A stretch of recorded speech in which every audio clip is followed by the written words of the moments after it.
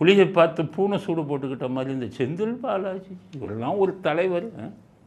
எப்படின்னா Stalin road show அப்படின்னு ஆரம்பித்தார். ரோட் ஷோனா எல்லாருக்கும் 500 ரூபா கொடுத்து பிரியாணி கொடுத்து எல்லாத்தையும் ரோடின் 2 பக்கமும் நிறுத்தி அப்படின்னு இவர் அப்படியே காரில் வரும்போது அப்படியே கையை காமிச்சு ஊரை மாற்றினார். கேட்டால் இது ரோட் ஷோ. அந்த பிரசாந்த் கிஷோர் மாதிரி அந்த 400-500 கோடியை வாங்கின முட்டாள் சொல்லி கொடுத்துருக்கான். ரோட் ஷோ போங்க. போய் ரோட் ஷோ ஃபெயிலியர் ஆச்சு. உதயநிதி போனார், 500 ரூபா கொடுத்து அவனும் வரல. ரோட் ஷோ அதுவும் ஃபெயிலியர் ஆயிடுச்சு. இப்போ கடைசி இவர்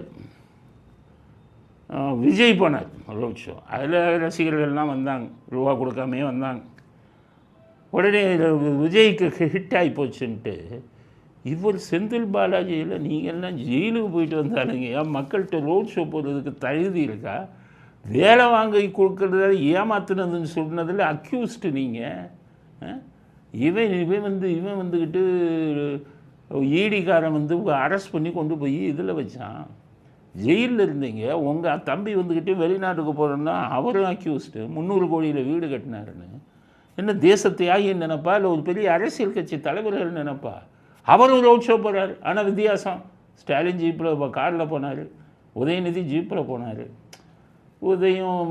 விஜயும் பெரிய வேனில் போனார். நம்ம செந்தில் பாலாஜி எதில் போகிறாரு?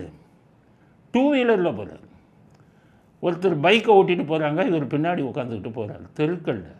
இந்த வீடியோவை பாருங்கள்.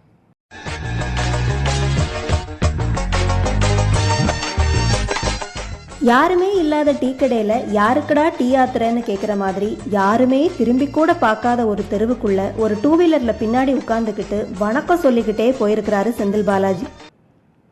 ஒருத்தனாச்சும் திரும்பி பார்க்குறான்னு பாருங்க ஒரு 2 வீலரில் போகிறது. அதையும் வெக்கம் இல்லாமல் ஃபோட்டோ எடுத்து வீடியோ எடுத்து இன்டர்நெட்டில் இதில் போடுறாங்க, ட்விட்டர்லையும். கேவலமாக இல்லை? ஒருத்தனாவது திரும்பி பார்க்குறானா? இதோ போகிறாரு செந்தில் பாலாஜி. அரசியல்வாதிகளுக்கு வெக்கம்ங்கிறதே இருக்காதா?